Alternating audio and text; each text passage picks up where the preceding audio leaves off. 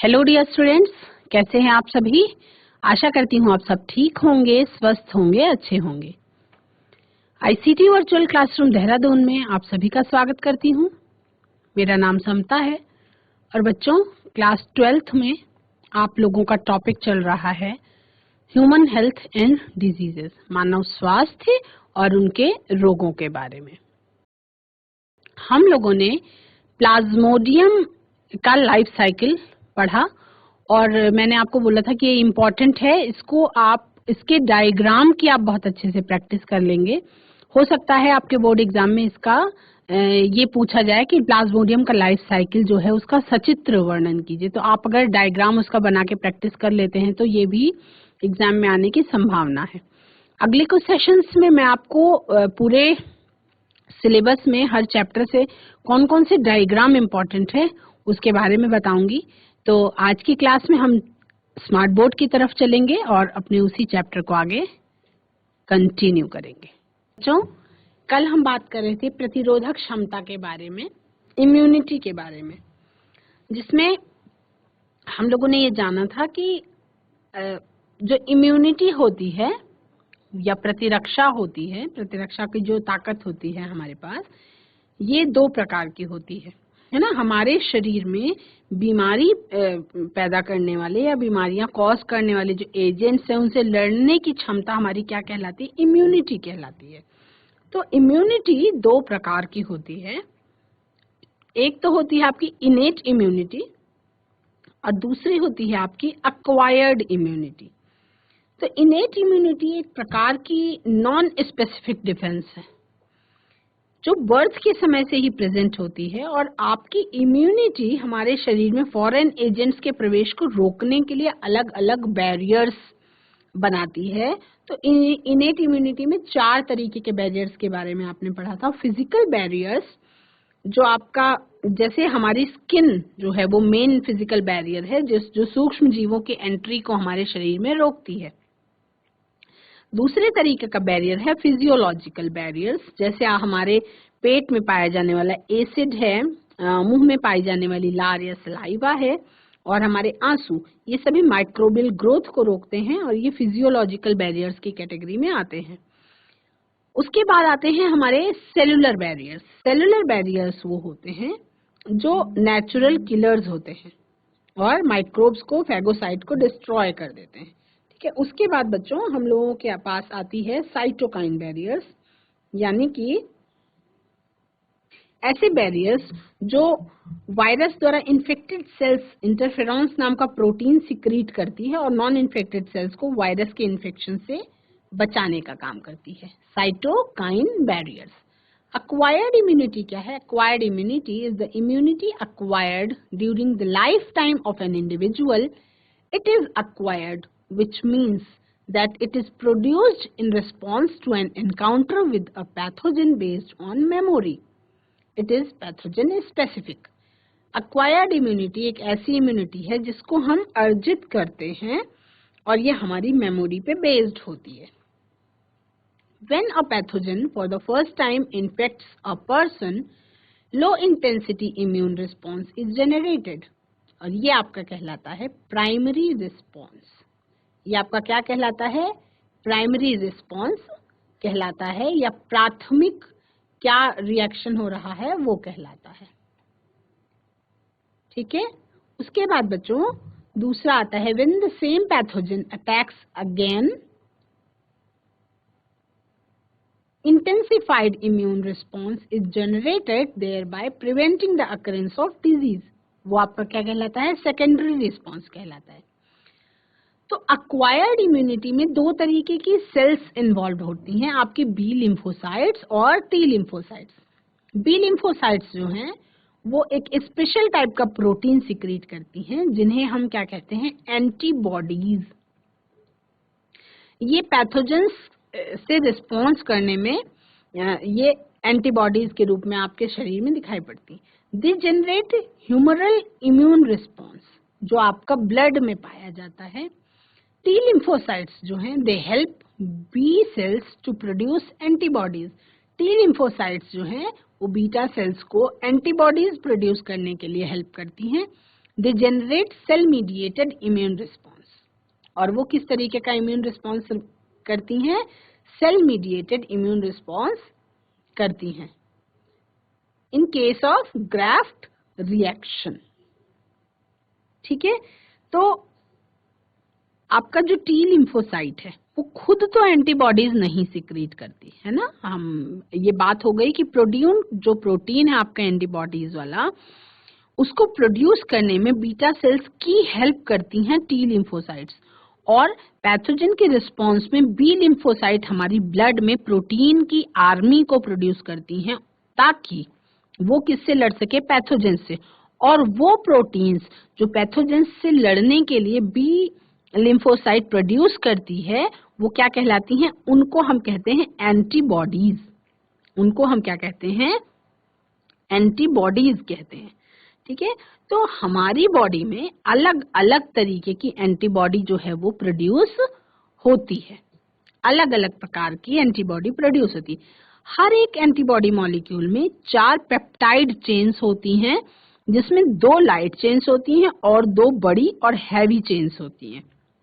इसीलिए एंटीबॉडी को H2L2 के रूप में रिप्रेजेंट किया जाता है। ठीक है, हमारी बॉडी में अलग अलग प्रकार की एंटीबॉडी प्रोड्यूस होती है, जैसे कि IG capital A, IG capital M, IG capital E, IG capital G, उनमें से कुछ हैं।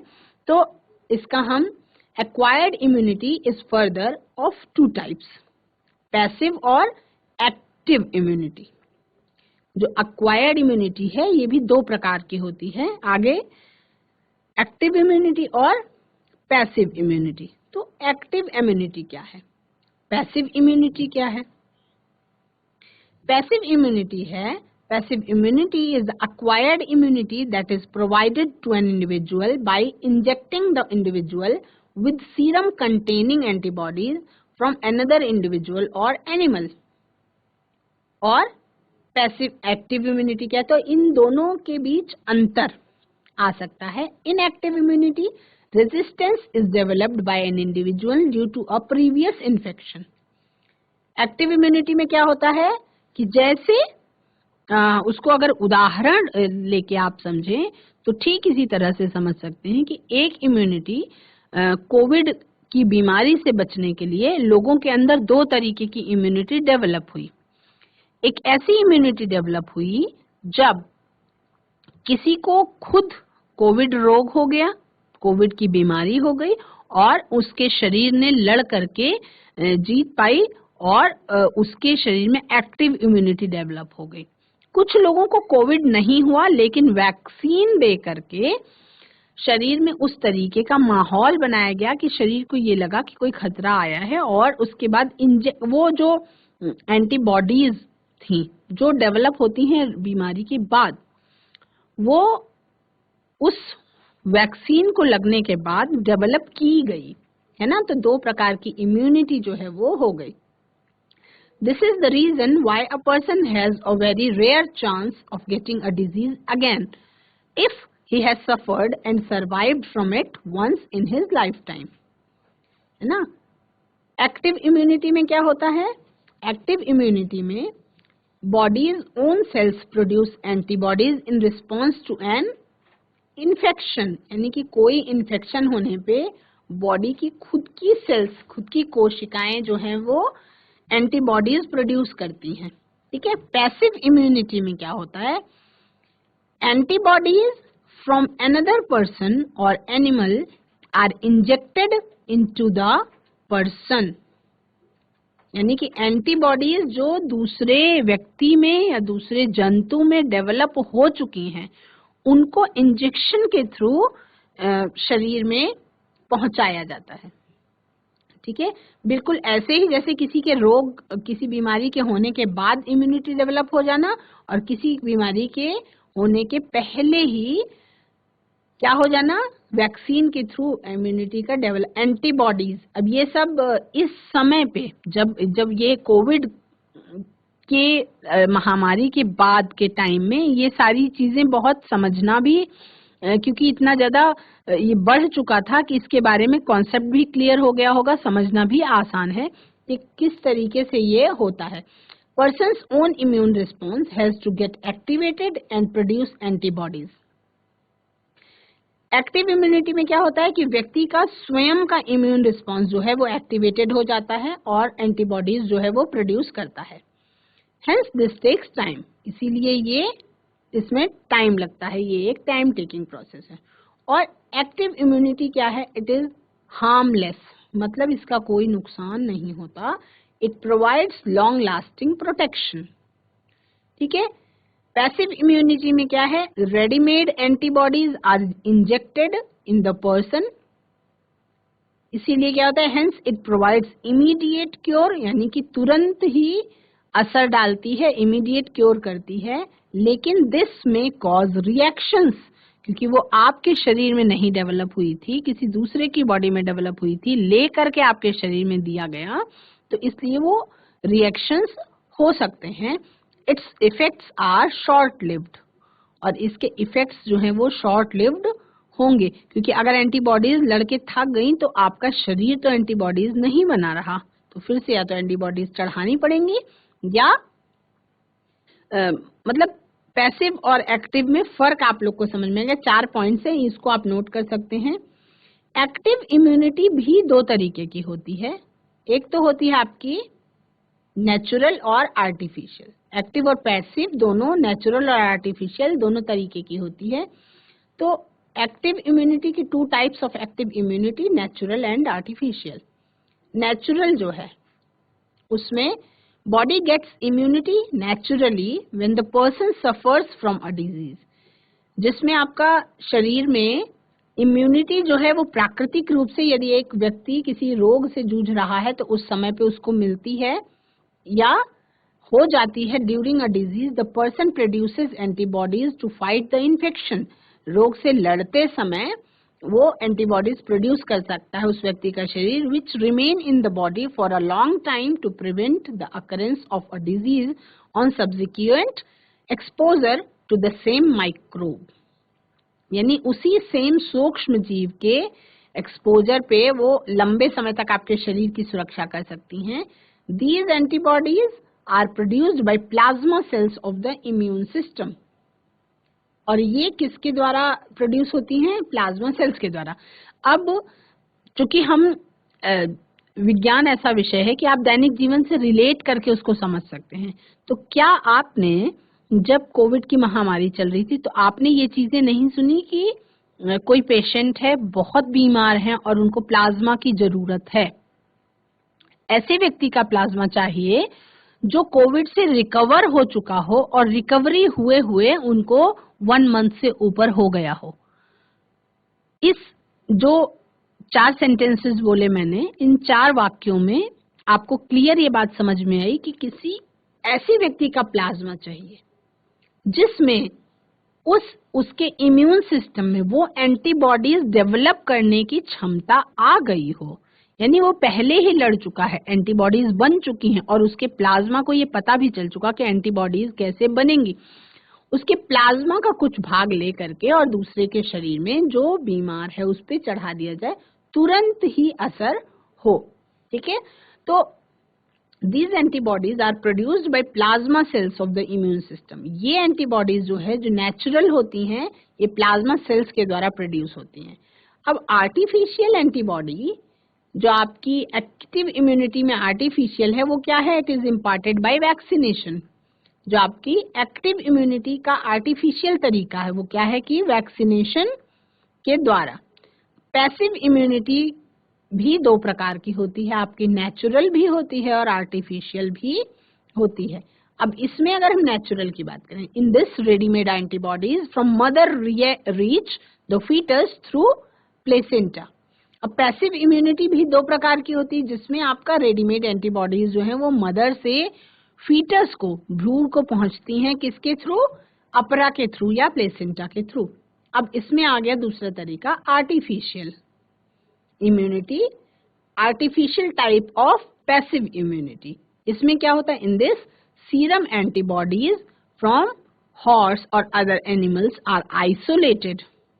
They are first made stronger by repeatedly injecting the vaccination for the particular disease. अब these antibodies are injected into the humans to provide them immunity. यानी किसी दूसरे जानवर की एंटीबॉडीज को आइसोलेट करते हैं, उसको स्ट्रॉन्ग बनाते हैं और उसके बाद फिर मनुष्य में इंजेक्ट किया जाता है। ठीक है, तो ये हो गई इम्यूनिटी की बात। The serum containing antibodies against a particular antigen is called antiserum. किसी स्पेसिफिक एंटीजन के अगेंस्ट जो एंटीबॉडीज काम करती हैं वो एंटी सीरम कहलाती हैं। For preparing the antiserum the following steps are employed. Serum बनाने के लिए कुछ स्टेप्स को फॉलो करना होता है। First of all, the disease causing microbe is cultured and toxin is separated from it, और उससे टॉक्सिन को सेपरेट किया जाता है। The toxin is injected into the body of the animal in small amount. थोड़े अमाउंट में वो toxin जो है इंजेक्ट कर दिया जाता है किसी बॉडी के शरीर में। After some days stronger dose of toxin is given to the animal. The immune system of the animal works against the toxin and secretes antibodies. अब antibodies का बनना शुरू हो गया किसी एनिमल के शरीर में। ठीक है, उसके बाद क्या होता है? The immune system of the animal works against the toxins and secrete antibodies. अब उसके बाद now the serum of the animal contains concentrate amount of antibodies against the particular disease. अब क्या हुआ, जो जिस जानवर के शरीर में हम धीरे धीरे टॉक्सिन को इंजेक्ट कर रहे थे उसमें एंटीबॉडीज बननी शुरू हो गई। अब क्या होगा, वो सीरम जो है एनिमल के अंदर जो आपका कंसंट्रेट अमाउंट ऑफ एंटीबॉडीज है उसको बना दिया उस टॉक्सिन ने। ठीक है, अब the blood is drawn from the animal and is allowed to coagulate in order to separate the serum. अब उसके बाद ब्लड जो है वो निकाला गया एनिमल से और उसको स्कंदित होने के लिए, कोएगुलेट का मतलब स्कंदित होने के लिए, ताकि सीरम को सेपरेट किया जा सके।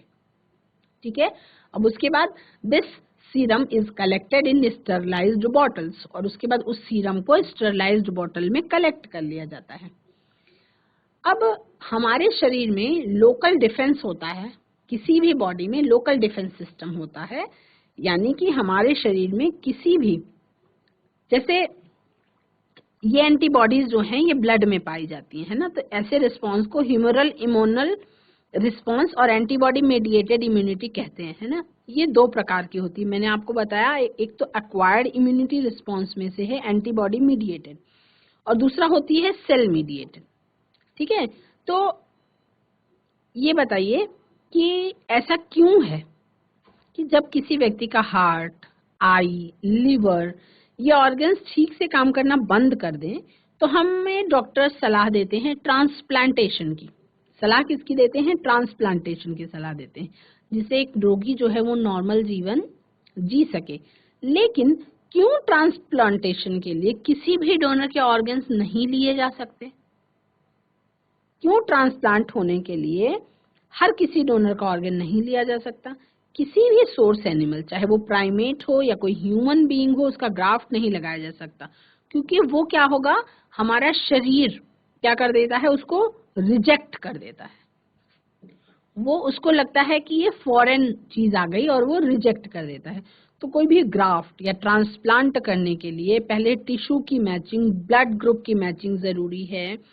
उसके बाद पेशेंट्स को अपने बचे जीवन भर में इम्यूनोसप्रेसेंट्स लेने पड़ते हैं, यानी इम्यूनिटी सिस्टम को सप्रेस करने वाली दवाइयां लेनी पड़ती हैं, ताकि आपका इम्यूनिटी सिस्टम एकदम एक्टिव होकर के दूसरे से लिए गए ऑर्गन को आपके शरीर में रिजेक्ट ना कर दे।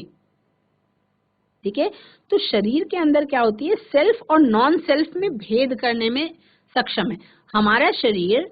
मतलब हमारे शरीर को ये पता है, हार्ट का अगर ट्रांसप्लांट हो रहा है तो मेरी शरीर में अंदर से उसको पता है कि ये मेरा हार्ट नहीं, ट्रांसप्लांट करके किसी और का हार्ट लगाया गया।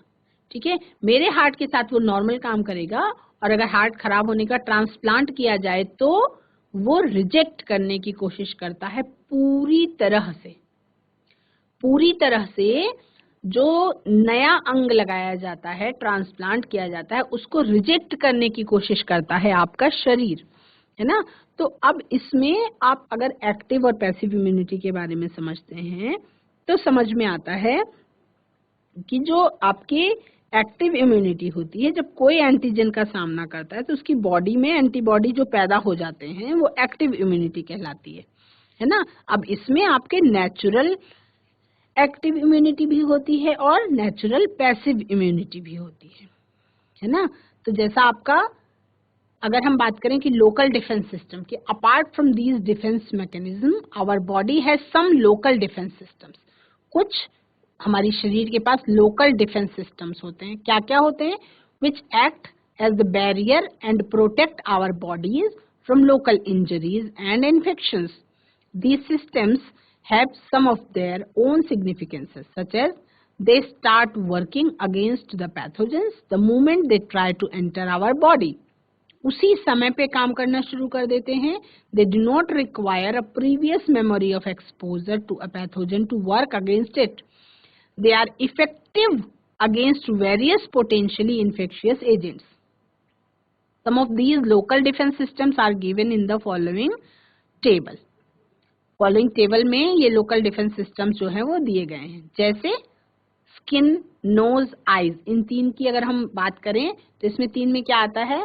आपका ऑर्गन अगर है स्किन, तो यहाँ पे ये आपका फंक्शन इसका क्या है? फर्स्ट लाइन ऑफ डिफेंस है.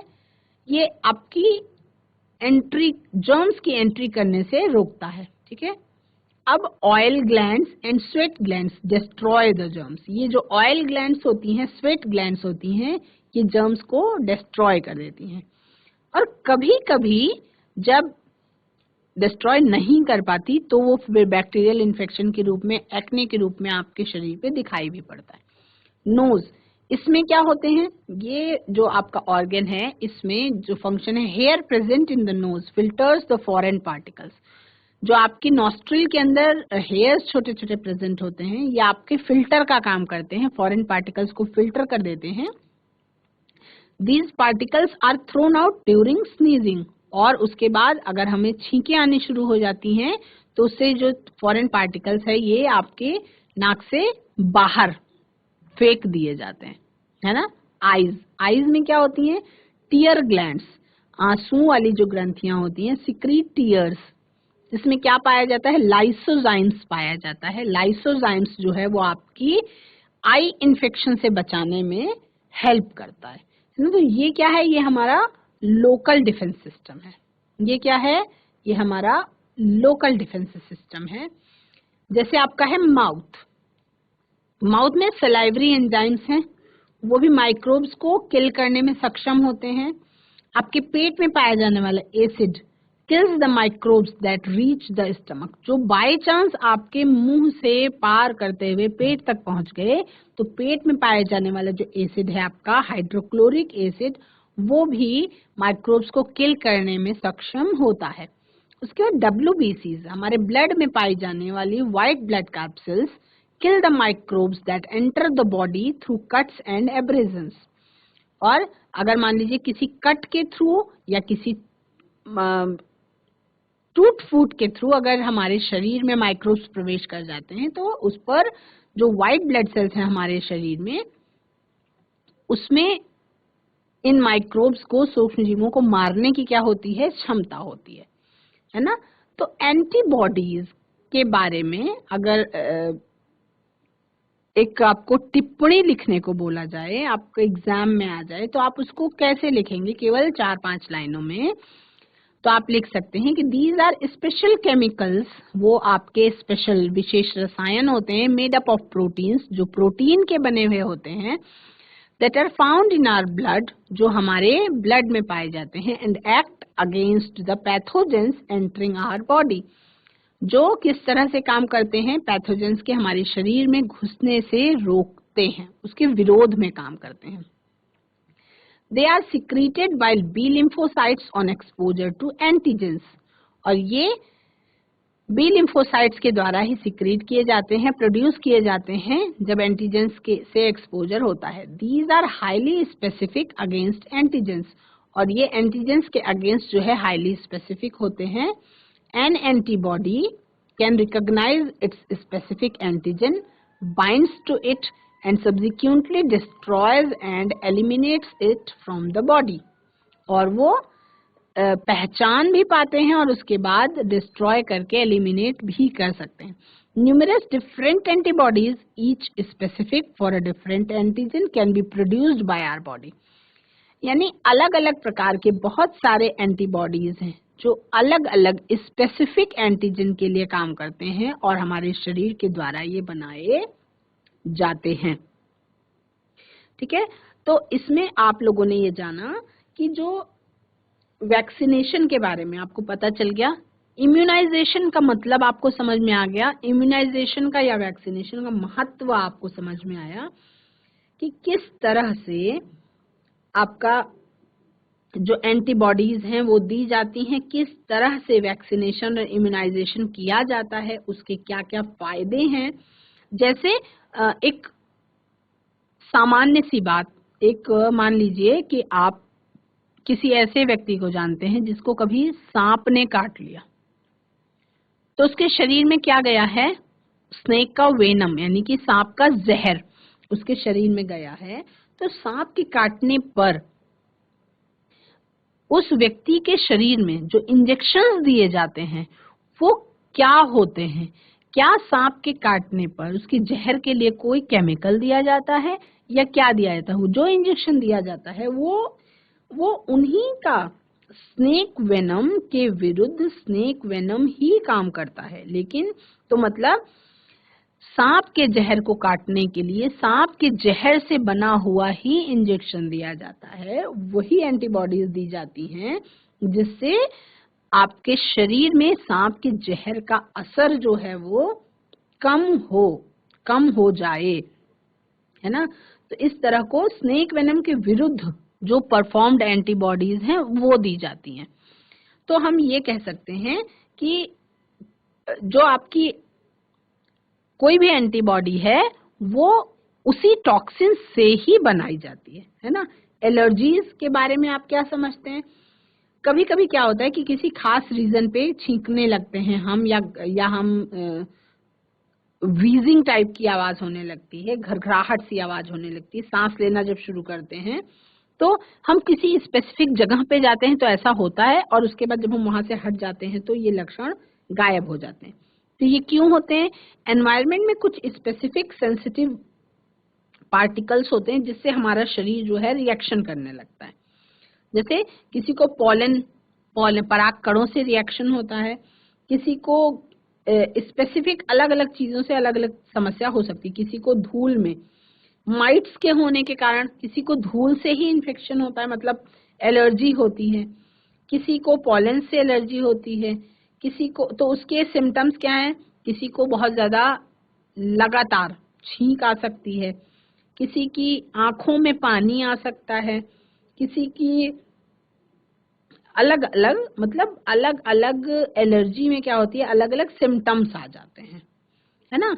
तो ट्रीटमेंट के लिए एंटीहिस्टामिन दवाइयां दी जाती हैं, एड्रेनलिन दी जाती है, स्टेरॉइड्स वाली मेडिसिन का यूज करना था। इससे क्या होता है, एलर्जी के जो लक्षण होते हैं वो कम होने लगते हैं, है ना। तो हम ये कह सकते हैं कि अब आजकल हम बहुत, जैसे बचपन में बच्चे एक्सपोज होते थे मिट्टी से, धूल से, हवा से, या तब उतने पॉल्यूटेंट्स नहीं थे, है ना। अब हम अपने बच्चों को सेफ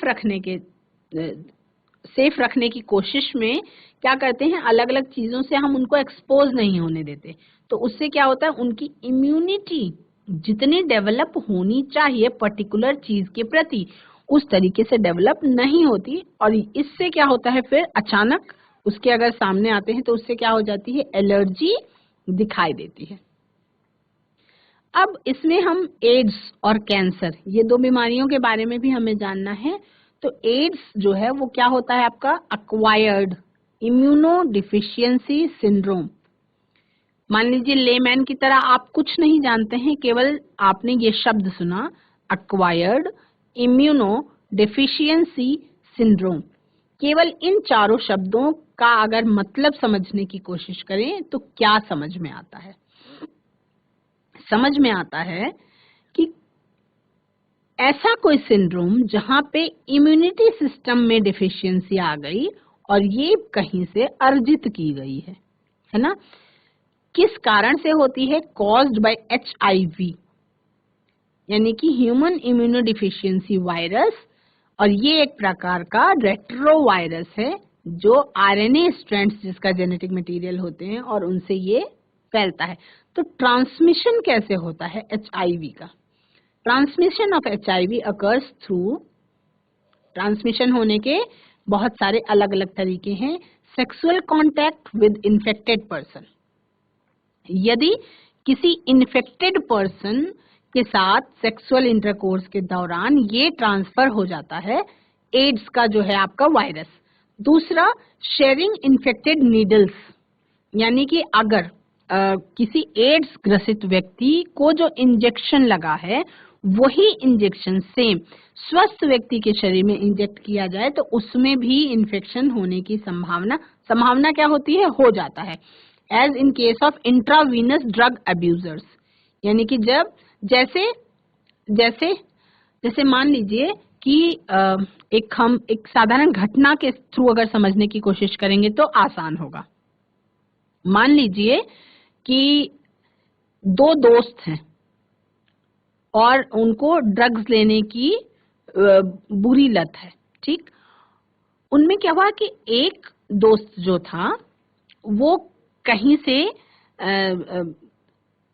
उसको एड्स हो गया, है ना? मान लीजिए उसके कोई खास लक्षण तुरंत पता चलते नहीं है, साथ में है, और उन्होंने क्या किया, दो दोस्त साथ थे, तो एक दोस्त को एड्स था, एड्स मान लीजिए वो किसी के साथ सेक्सुअल रिलेशन में था और उस लड़की को एड्स रहा हो, उससे उस दोस्त को हुआ, और उन दोनों दोस्तों ने केवल ड्रग्स लेने के लिए एक नीडल का यूज करा, है ना? इंट्रावेनस, यानी कि नसों में डायरेक्ट जहां पे ब्लड का कांटेक्ट हो जाए डायरेक्ट, तो उसमें क्या हुआ, ट्रांसफ्यूजन हो जाएगा और ब्लड को भी वो कंटामिनेट कर सकता है।